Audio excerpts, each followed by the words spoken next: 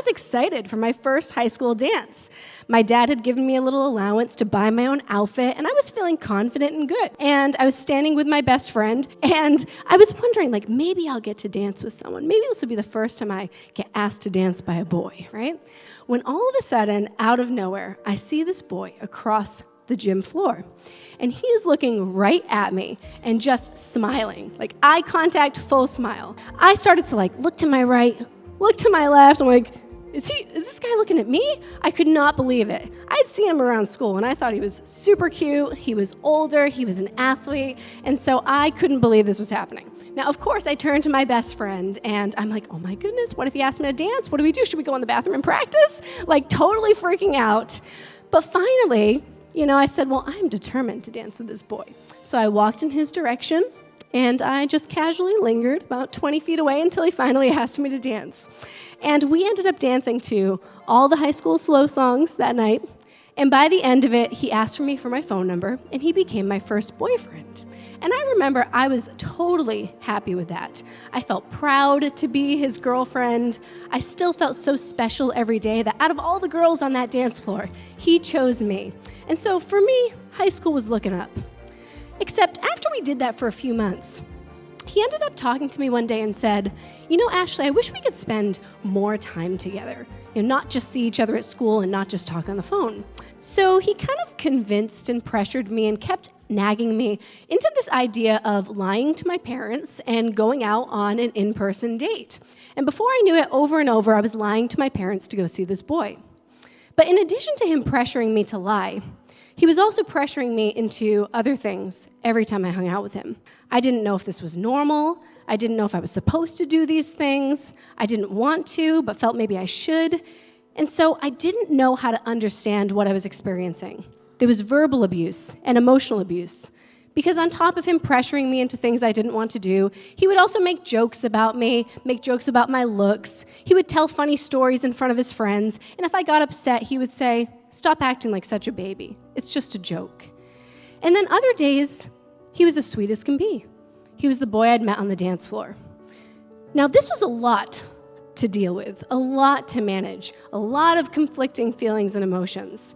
And on top of that, once the friends started to hear stories, they spread those stories around the school. And before I knew it, it got to the bullies. And now I was being bullied 10 times over. From names being hurled at me in the hallway, to threats when I walked out of school, being pushed into my locker, and even seeing horrible things written about me on the bathroom walls. I turned to pretty much every unhealthy coping mechanism that you could possibly imagine. I was severely depressed and anxious, and I didn't know how to manage those feelings. I turned to alcohol in my parents' home when I felt sad. I couldn't sleep at night. I dreaded going to school. I had really disordered eating habits because I would look in the mirror and just tear myself apart. I dropped out of college, and I didn't get involved in anything. And I didn't think that anyone could ever possibly understand, so I just kept it bottled up. I thought to myself, I have nothing left, but that means that I have a blank slate, and I can create anything I want from this moment forward.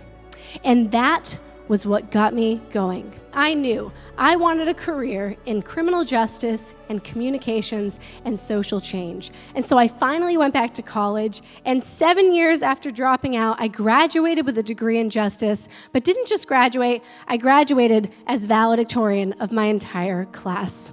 No matter who you are, we're all gonna face setbacks and obstacles and challenges in life. And it's those moments where the real skills come in, where leadership is required more than ever. Even more important than the idea and the plan is possessing the skills to be emotionally strong, resilient, and persistent so that no matter what comes your way, you're willing to persevere. I realized that there's 3 major mistakes that I made, 3 things that held me back. And when I started rebuilding my life, I focused on being exceptional in those 3 areas. And I want to share them because they're areas that didn't just impact my life, but that can apply to every single person in this room right now. Now, the first problem that I faced started all the way back when I was in high school, and that was denial.